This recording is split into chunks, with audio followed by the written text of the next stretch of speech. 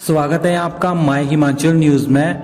तो बात करेंगे हिमाचल प्रदेश की बड़ी खबरों पे, तो बने रहे वीडियो के अंत तक। और हिमाचल प्रदेश तथा अन्य प्रमुख खबरों के लिए माय हिमाचल न्यूज चैनल को सब्सक्राइब कर लें, साथ में बेल आइकन को भी प्रेस कर दें ताकि हिमाचल की हर खबर आपको मिलती रहे। तो सबसे पहले बात करेंगे हिमाचल के कोरोना अपडेट पे।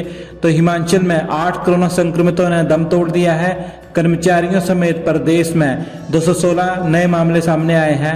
हिमाचल प्रदेश में कोरोना संक्रमितों का आंकड़ा 16,000 के पार हो गया है। 2900 से ज्यादा सक्रिय मामले हैं। अभी अब तक 13,583 संक्रमित ठीक हो चुके हैं।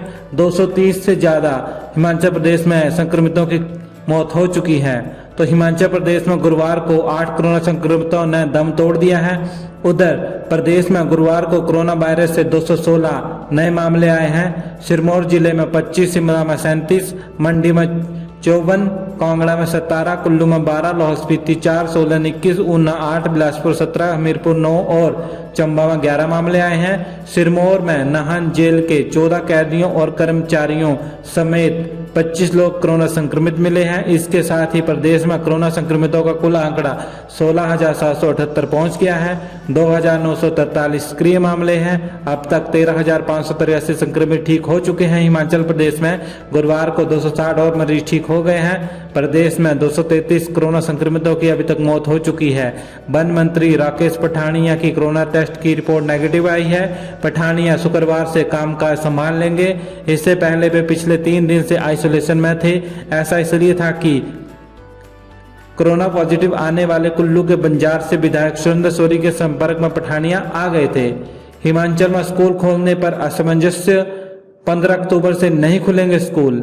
हिमाचल प्रदेश में कोरोना के बढ़ते मामलों के कारण प्रदेश सरकार स्कूल खोलने को लेकर असमंजस में है। केंद्र सरकार की गाइडलाइन के मुताबिक 15 अक्टूबर से स्कूल खोले जा सकते हैं और स्टाफ भी फुल स्ट्रेंथ के साथ स्कूल आ सकता है, लेकिन राज्यों को फैसला लेने का अधिकार दिया गया है। क्या बोले शिक्षा मंत्री? शिक्षा मंत्री गोविंद सिंह ठाकुर ने कहा कि स्कूल खोलने को लेकर अभी चर्चा चल रही है। जरूरी ये है कि कोरोना के मामले नहीं बढ़ने चाहिए। बच्चों की सुरक्षा कैसे होगी उस पर मंथन के बाद ही निर्णय लिया जाएगा। वैसे भी केंद्र ने कहा है कि ये सख्त आदेश नहीं है कि 15 अक्टूबर से स्कूल खोले ही जाने चाहिए। शिक्षा विभाग गहराई से चर्चा करने के बाद फैसला करेगी। छोटी क्लासों को लेकर अभी विचार नहीं किया जाएगा क्योंकि बच्चों की सुरक्षा जरूरी है। वहीं 100% स्टाफ को बुलाने पर बाद में फैसला होगा। हिमाचल से 4 पड़ोसी राज्य के लिए चलेंगी HRTC की बसें। कोरोना काल के बीच अब हिमाचल प्रदेश से पड़ोसी राज्य के लिए जल्द ही हिमाचल पथ परिवहन निगम की बस सेवा शुरू होगी। हालांकि दिल्ली के लिए बसें चलाने को लेकर संशय है अभी तक, लेकिन 5 राज्यों के लिए सरकार जल्द ही बसें चलाने जा रही है। हिमाचल के परिवहन मंत्री बिक्रम सिंह ने ये जानकारी दी है। हिमाचल के परिवहन मंत्री बिक्रम सिंह ने कहा कि बाहरी राज्य के लिए भी बहुत जल्द बस सेवाएं बहाल की जाएंगी। पड़ोसी राज्य हरियाणा, पंजाब, चंडीगढ़ और उत्तराखंड के लिए बस सेवाएं बहाल करने को पड़ोसी राज्य से हरी झंडी मिल चुकी है, लेकिन दिल्ली के लिए अभी संशय है। दरअसल परिवहन मंत्री बिक्रम सिंह ठाकुर की अध्यक्षता में बुधवार को सड़क सुरक्षा को और अधिक प्रभावी बनाने पर HRTC अधिकारियों और परिवहन विभाग के अधिकारियों के साथ बैठक में गहन चर्चा हुई थी। बढ़ रहे हैं कोरोना के मामले, सावधान होकर काम करने की जरूरत, जयराम ठाकुर। मुख्यमंत्री जयराम ठाकुर ने आम लोगों से अपील की है कि कोरोना के मामले में पूरे देश में बढ़ोतरी हो रही है। हिमाचल में भी बहुत सारे मामले सामने आए हैं। ऐसी परिस्थिति में हमें और भी सावधान होने की आवश्यकता है। लोग मास्क पहनकर ही घर से बाहर जाएं, सोशल डिस्टेंसिंग का पालन करें, अनावश्यक रूप से भीड़ वाले इलाके में जाने से परहेज करें, सैनिटाइजर का इस्तेमाल करें, साबुन से बार बार हाथ धोते रहें। कुछ लोग अपना घर पर ही इलाज शुरू कर देते हैं। किसी को भी कोरोना अगर होता है तो डॉक्टर की सलाह लें और इसी के आधार पर ही अपना इलाज करें। प्रधानमंत्री नरेंद्र मोदी ने कोरोना संकट के बीच एक बार फिर कोविड-19 के खिलाफ एकजुट लड़ाई का आह्वान किया है। हमें पूरी एकजुटता के साथ कोरोना के खिलाफ ये लड़ाई लड़नी है। आने वाले त्योहारों के समय में अपना विशेष ध्यान रखना होगा। वरिष्ठ नागरिकों को तोहफा देने की तैयारी में जयराम सरकार। जयराम सरकार बुजुर्गों को एक और तोहफा देने की तैयारी में है। पिछले दिनों धर्मपुर दौरे पर आए ऊर्जा मंत्री सुखराम चौधरी ने वृद्धावस्था पेंशन को लेकर आयु 70 साल से घटाकर 65 साल करने की तैयारी को लेकर संकेत दिए थे।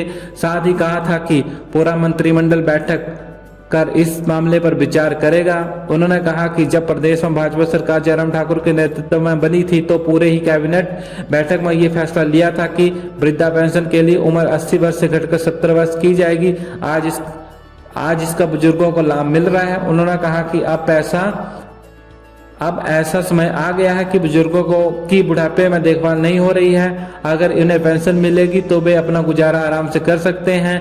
उन्होंने जल शक्ति मंत्री ठाकुर महेंद्र सिंह से भी आग्रह किया है कि इस मुद्दे को कैबिनेट बैठक में मुख्यमंत्री जयराम ठाकुर के समक्ष उठाएं।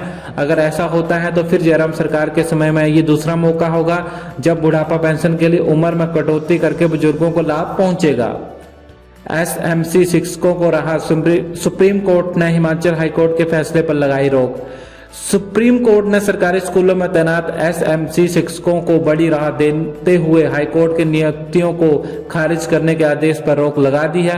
हाईकोर्ट के आदेश को चुनौती देने वाली विशेष अनुमति याचिका की सुनवाई करते हुए यह आदेश दिए गए हैं। सुप्रीम कोर्ट ने रोक से प्रदेश के दुर्गम और दूर दराज क्षेत्रों में बीते 8 वर्षों से सेवाएं दे रहे 2555 एसएमसी शिक्षकों को बड़ी राहत दी है। अब इन शिक्षकों की सेवाएं स्कूलों में जारी रहेंगी। मामले पर आगामी सुनवाई नवंबर में होगी। हाईकोर्ट ने इन अध्यापकों की नियुक्तियां रद्द करने का फैसला सुनाया था।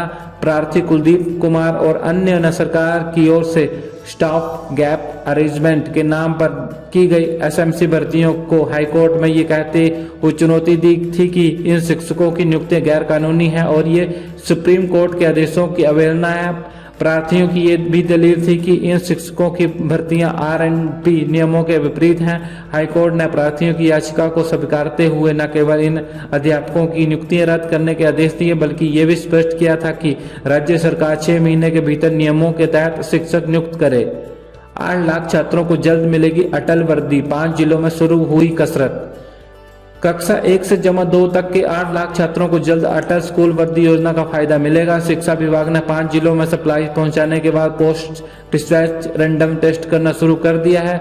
खास बात यह है कि प्रदेश के 5 जिलों में मंडी, कांगड़ा, हमीरपुर, बिलासपुर जिले में सबसे पहले छात्रों को स्मार्ट वर्दी आवंटित की जाएंगी। फिलहाल कोविड काल की वजह से वर्दी को प्रोसेस देरी से शुरू हुआ है, लेकिन बताया जा रहा है कि नवंबर से सभी छात्रों को वर्दी पहुंचा दी जाएगी। ऐसे में राज्य के सरकारी स्कूलों में पढ़ने वाले 8 के करीब छात्रों का वर्दी के लिए इंतजार खत्म हो जाएगा। प्रारंभिक शिक्षा विभाग ने बताया कि प्रदेश के 4 जिलों में मंडी, कांगड़ा, हमीरपुर और बिलासपुर में वर्दी की सप्लाई पहुंचा दी गई है।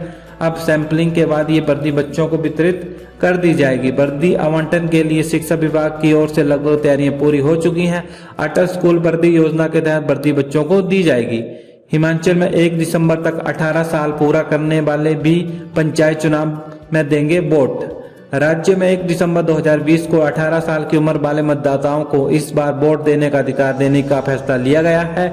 हिमाचल चुनाव आयोग ने वर्ष 1955 के बाद पहली बार अपने अधिकारियों का इस्तेमाल करते हुए ये फैसला लिया है। इस व्यवस्था से करीब 1.5 लाख और नए वोटर मताधिकार का इस्तेमाल कर पाएंगे। इससे पूर्व निर्वाचन आयोग को आधार मानते हुए 1 जनवरी 2020 को 18 साल पूरे कर चुके वोटरों के नाम ही आयोग मतदाता सूची में शामिल करता रहा है। चुनाव से 15 दिन पहले चुनाव आयोग कोरोना संक्रमण से बचाव के लिए दिशा निर्देश जारी करेगा। हिमाचल चुनाव आयोग आयुक्त पी मित्रा की अध्यक्षता में बुधवार को आयोग के अधिकारियों की अहम बैठक में कई महत्वपूर्ण फैसले लिए गए।